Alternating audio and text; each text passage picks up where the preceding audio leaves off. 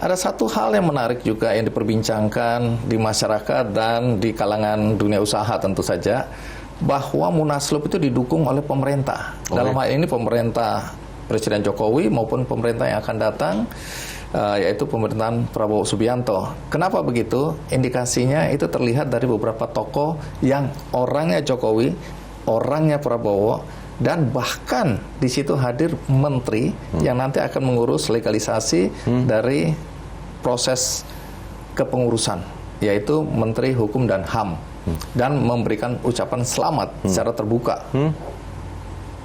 Anda percaya atau tidak bahwa ini pemerintah mendukung Munaslup? Buat saya begini, Bang. Menurut saya bukan percaya atau tidak percaya. Buat saya begini. I'm very clear bahwa pemerintah itu bijak. Dan pemerintah itu akan mencari apa yang terbaik, yang terbenar secara hukum. Saya percaya itu. Jadi kehadiran tokoh-tokoh, name it, tokoh-tokohnya siapa aja, Bang, ya.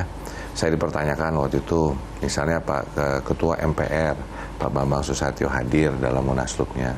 Saya bilang jangan lupa setiap orang itu punya jabatan bermacam-macam. Pak Bambang Susatyo di dalam Kadin itu adalah kepala badan, ya. Sudah itu di situ dikatakan Pak Rosan hadir. Saya nggak tahu datang sebagai menteri atau hadir sebagai ketua daripada Dewan Kehormatan Kadin Indonesia. Itu, ya. Terus kalau ditanyakan lagi sekarang, misalnya ada Menteri Kumham. Itu kan gini, Bang, ya. Sebagai menteri itu adalah pelayan rakyat, pelayan daripada publik, ya.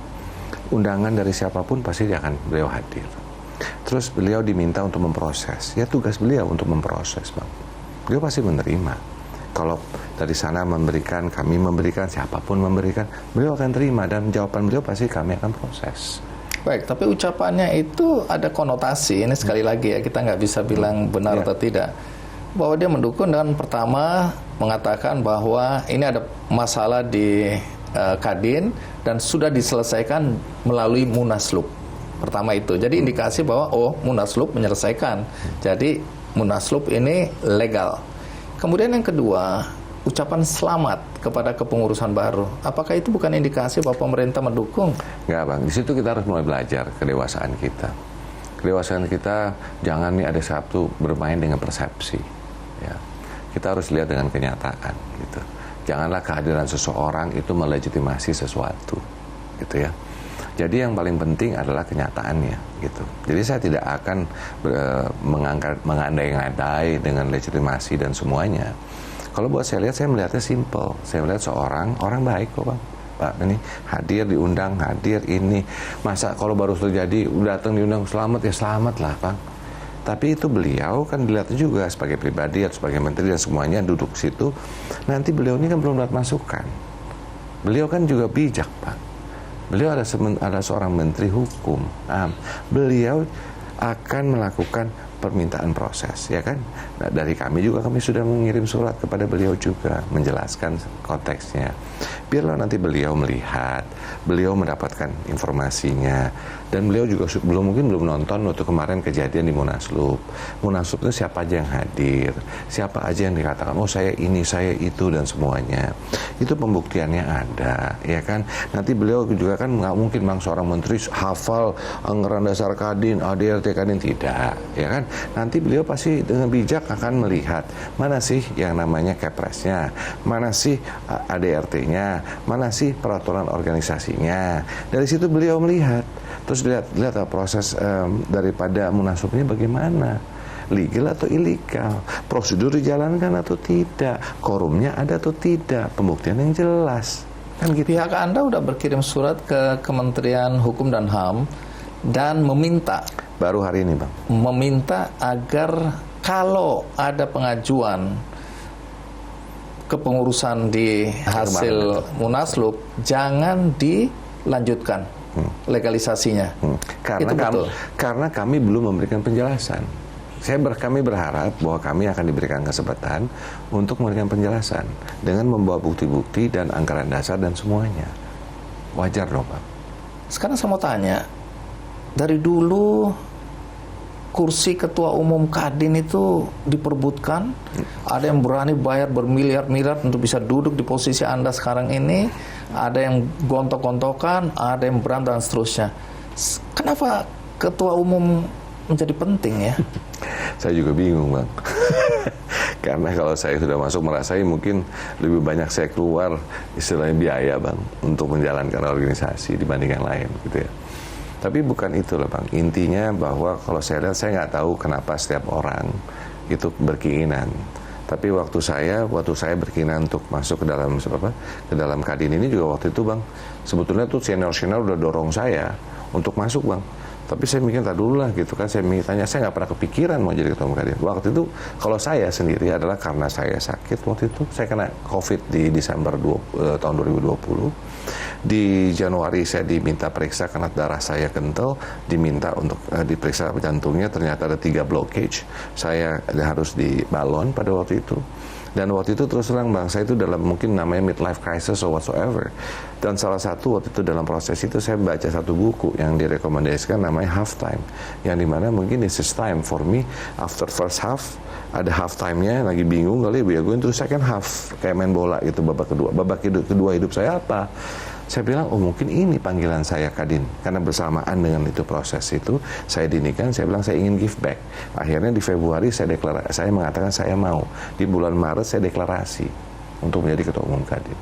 Untuk apa? Giving back. Because I thought cara giving back saya sebagai ketua umum Kadin, saya bisa men-sharing pengalaman saya, network saya kepada semua pengusaha yang dari mikro sampai yang besar.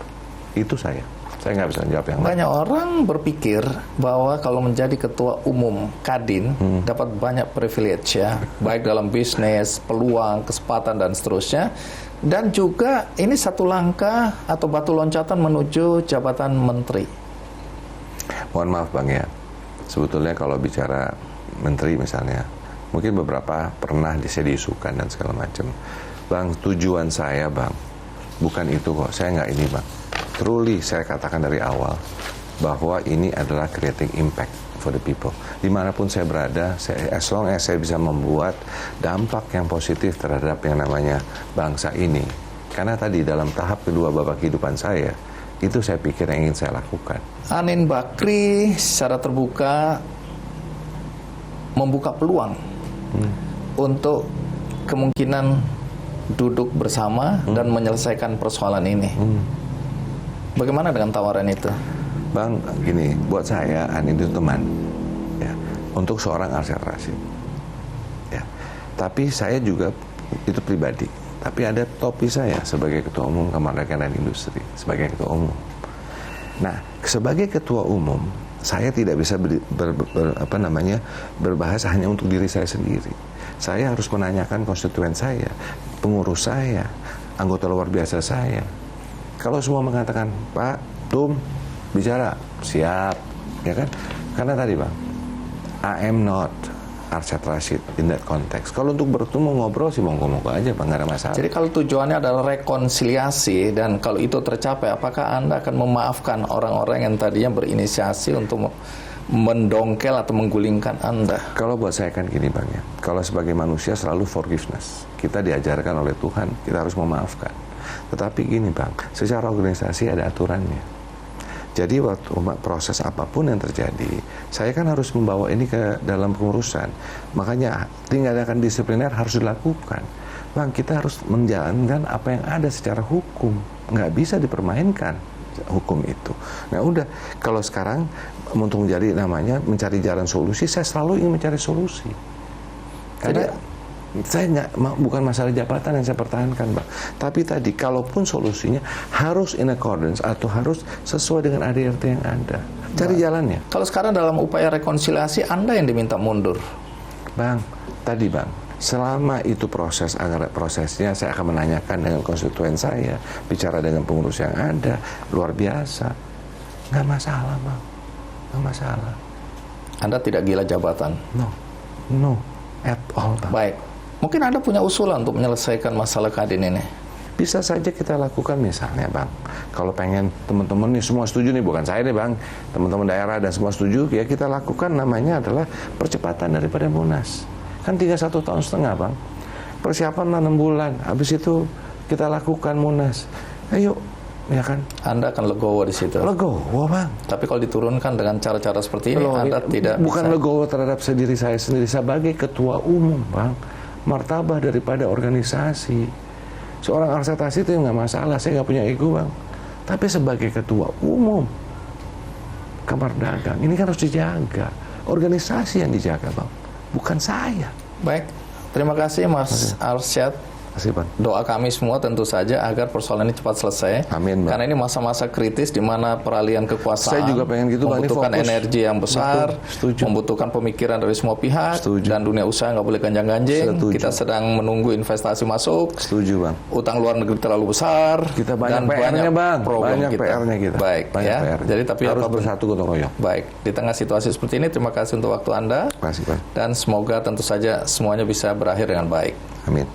Baik, itu tadi perbincangan dengan Ketua Umum Kadin periode 2021-2026, Arsyad Rashid, dalam konteks gonjang-ganjing Kadin Indonesia. Bagi Anda tadi yang tidak menyaksikan episode ini dari awal, jangan khawatir karena ada tayangan ulangnya di metrotvnews.com. Kemudian ada juga cuplikannya di channel YouTube Kick Andy Show. Sampai jumpa. Jelajahi cara baru mendapatkan informasi. Download Metro TV Extend sekarang.